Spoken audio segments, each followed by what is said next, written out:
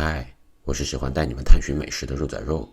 今天跟我一起，我们去吃一家非常厉害的法式 omakase 网红餐厅 Le Pansement。这家餐厅是我一个意外发现，当我在谷歌找到它的时候，发现它有700多条评价，还保持着不可思议的4.9分的高分。在仔细看过评论之后，一度怀疑这是一家刷分店的我，更加被引起了好奇心。4.9分是什么概念呢？在一众米其林林立的巴黎，星级餐厅们都鲜有超过4.5分的，大名鼎鼎的3星餐厅 Le Cinq、L'Ambroisie， 还有我很喜欢的中法跨界融合主厨 Adeline Cadar 的饮茶，以及名厨 Royal Robuchon 的1星餐厅，也没有如此高的评分。而 Le Pansement 目前还只是米其林推荐级别，并未摘星。看看其他的评价网站 TripAdvisor、猫头鹰上，它也是一水的5星好评。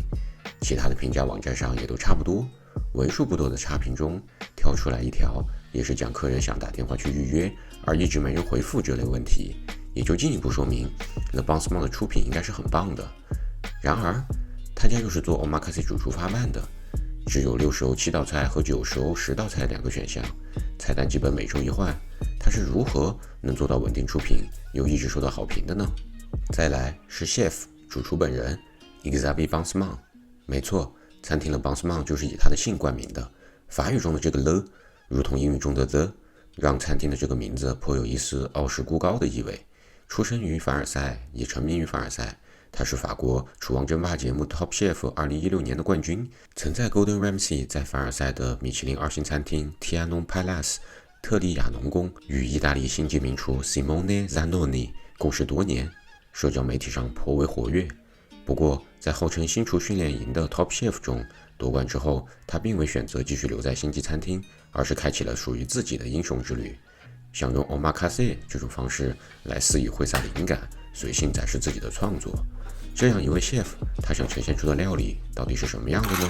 带着这2个问题，我们这就出发去亲自体验一下。沿着凡尔赛宫花园的外墙和涂满金石的栅栏，餐厅坐落于凡尔赛宫侧面的一条小街旁，通体藏青色，显得低调而神秘。打开门是厚重的天鹅绒门帘，隔出一个小空间。掀开门帘后，才仿佛进入到这个小世界。有意思的是，不同于大多数高级餐厅，它将备餐、出餐的中岛和侍酒台、咖啡吧都毫无遮掩地呈现在客人面前，少了些仪式感，却是瞬间拉近了距离。用餐空间并不大，餐具也并非考究的器具，一切从简为主。专业的食餐员会来例行公事地询问口味偏好和是否有食材过敏，虽然他们已经在前几天来电话提前确认过了，然后会简单的聊2句选酒水，根据我们的喜好帮我们调了一支法国南部的半甜贵腐酒，果味很浓，非常好喝，也和今天的春季菜单搭配非常棒。首先，黄油是必不可少的部分，今天这餐选用的是搭配焦糖洋葱的调味黄油，有非常浓的焦糖香、葱香和巴萨米克醋的香味。我的口水已经忍不住在等面包上来了。第一道是开胃菜，油炸过的鸭肉春卷配芝士芥末酱，酥脆却没有非常油腻的口感，中规中矩。这时面包终于上来了，面包的好坏应该说是评判一家法餐好坏的基础。拉胯的面包就如同在一家中餐厅点菜，却给配了一碗素食制的米饭。基本的配餐面包要么是法棍，要么是酸种面包，材料可以千变万化，但是至少应该做到以下几点。首先，有强烈小麦的香气和发酵香气，外壳酥脆，内里暄软，上来的时候最好要是热的。今天的面包这些点都做到了。抹上一块焦糖洋葱黄油，奶香味、葱香、醋香、麦香混合在一起，简单纯粹，香气诱人。然后是3道前菜，核心主角是应季菜芦笋和海鲜搭配。第一道是慢煮1小时的完美温泉蛋，配绿芦笋酱、鲟鱼子和酥脆面包丁。鸡蛋和鱼子自不必多说，高级餐厅的固定搭配。不过芦笋酱的加入给了一丝清新感，平衡了较腻的蛋黄。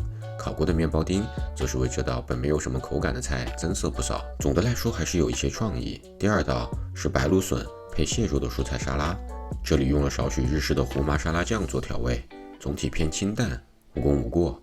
第3道是煎绿芦笋海鳌虾天妇罗，配的是鳌虾本身制作的酱汁，上来的时候盘子还是烫的，天妇罗处理得很不错，外壳的酥脆度和内里鳌虾肉的嫩度都非常棒，整体清爽不油腻。有做到好的天妇罗的标准。熬虾酱应该是用了虾头、虾壳加香料，长时间熬煮后再浓缩打碎。熬虾相比于其他虾本身带有较浓的海味，酱汁的加入让海的风味更加浓烈，咸鲜味十足。而绿芦笋的搭配，再加上鱼子状的珍珠柠檬，起到了给整道菜清爽平衡的作用。这一盘应该是这3道里边我个人最喜欢的了。那个海熬虾天妇罗，要是能做一个天冻，也就是天妇罗盖饭，应该会爽到爆炸。Là, je t'ai préparé, vu que t'es dans la fusion, tu vois, donc ça c'est des bao. C'était le côté un petit peu asiatique avec la France, bœuf bourguignon. Ah oui, On a mis dedans. Enfin, tu manges avec tes doigts et profite bien. y a pas de souci. Bon, merci. 主菜来之前，先前和主厨 Xavier 聊天时，他说给我们准备了一个中式口味的小惊喜。他的另一家餐厅的招牌小吃勃艮第牛肉 fusion 包，采用了寡包的做法，用暄软麦香四溢的馒头包住了一块慢烤6小时，一口咬下去，肉质立刻充满口腔的牛腱肉，搭配的是酸甜口的酸香酸辣酱汁、炸葱头和香菜，非常解腻。回归正题，我们的第一道主菜，罩子揭开的瞬间，青烟袅袅，是一阵木质烟熏的香味。这里燃烧的山毛榉产生的烟，并非是要将烟熏味附着于食材上，而是一个让人进入森林意境的引子。烟雾散去，是清血搭配豌豆奶油酱、佐红酒醋渍洋葱和柠檬皮，还有天妇罗脆粒。鱼肉嫩度处理得非常好，应该是采用了 poached 鱼汤浸煮的方式。这种方式用低温将鱼煮至刚好断生，维持着半透明的质感，含在嘴里会像胶质一样化开。豌豆酱非常突出豌豆的清香味，点缀的些许白奶油增加了一丝奶香味。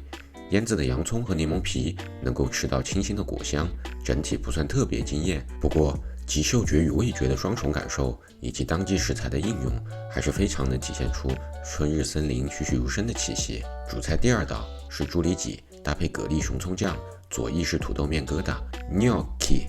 熊葱，也就是我们常说的野韭菜，是春天欧洲森林中常见的野生植物，有柔和的酒香、葱和蒜的香味，比起辛辣的正经韭菜要温和得多。用烹煮过蛤蜊的酒，将蛤蜊的鲜味尽数融入，再吸收熊葱的香气，然后用奶油乳化，很好的融合了海鲜和香草各自的优点，吸饱了这个酱汁的土豆疙瘩也是非常美味。猪里脊没有经过复杂的处理，内心是低温烹煮再煎上色，胜在食材新鲜鲜甜，完全没有腥臊味，熟度也是完美，软嫩多汁，搭配酱汁更是鲜上加鲜。这让我想到了拥有类似搭配的3鲜饺子，也是猪肉鱼虾和韭菜的海陆搭配。说起来，食材和厨艺天南地北，但是人们对鲜味的感知有时候却是出奇统一。千万别看不起这一餐的菜量，吃完主菜和一个餐包，我已经是9分饱了。甜点还有3道，不过谁又能拒绝好吃的甜点呢？第1道甜点又是对应季食材的应用，草莓慕斯配罗勒柠檬 sorbet 雪帕冰沙，3月开始上市的新鲜法国草莓 Garriguette 品种，甜中带酸，有抓人的强烈草莓香气，和罗勒柠檬的搭配更是清爽，像是一杯冰爽的草莓莫吉托。作为厚重一餐的骚味去油，可以说是非常到位了。第2道甜点是白巧克力椰子慕斯配奇异果罗勒内心，装饰的蛋白霜脆片上撒有草莓粉，与第1道甜点呼应。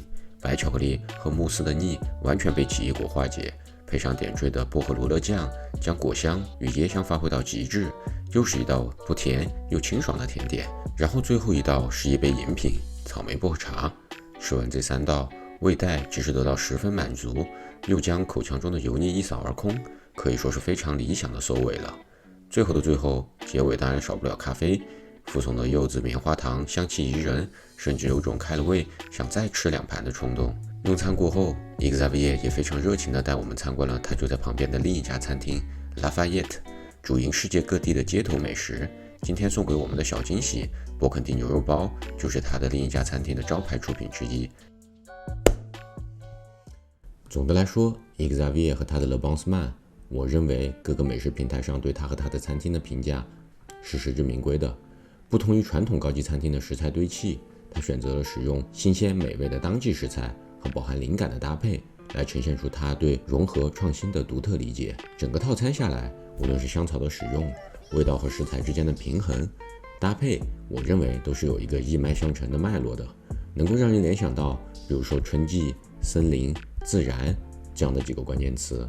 哪怕是没有那么多亮点的菜品，也都是在水准之上的。坐落于金碧辉煌、骄奢淫逸的凡尔赛宫旁，却没有继承奢靡的贵族气息。加冕于凡尔赛的主厨 Xavier 也在用自己对世界美食的认知，打造着属于自己的阶梯。我认为，在不久的将来，他一定会拿到属于自己的那份星际荣耀。而这家餐厅，我当然也会毫不犹豫地推荐给我的朋友们，告诉他们这是一场独特且清新的美食体验。不知道你们会给这家餐厅打多少分呢？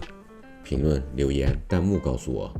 如果你们还喜欢这个系列的话，别忘了帮我点赞、关注和订阅。